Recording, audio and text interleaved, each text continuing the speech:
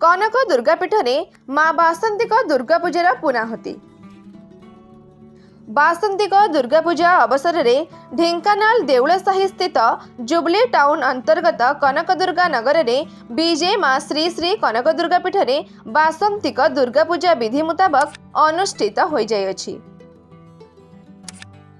घोर कलिजुगरे कालर कराल गति को मुक्ति लाभ निमंते मातृशक्ति आराधना जीवन परम कर्तव्य अटे बोली कमिटी पक्षरु कहिसेंती।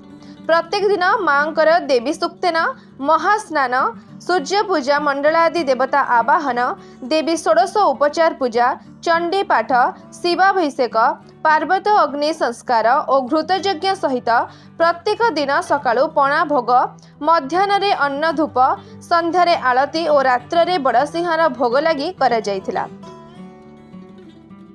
अद्य महानवमी पूजा सहित रात्र 8टारे पूर्णाहुति अनुष्ठित होइथिला। आसंता 27 तारिख शुक्रवार बासंती दशहरा और अपराजिता पूजा अनुष्ठित हेब। ढेंकानालରୁ शुभम पाणीको रिपोर्ट, RM News 8।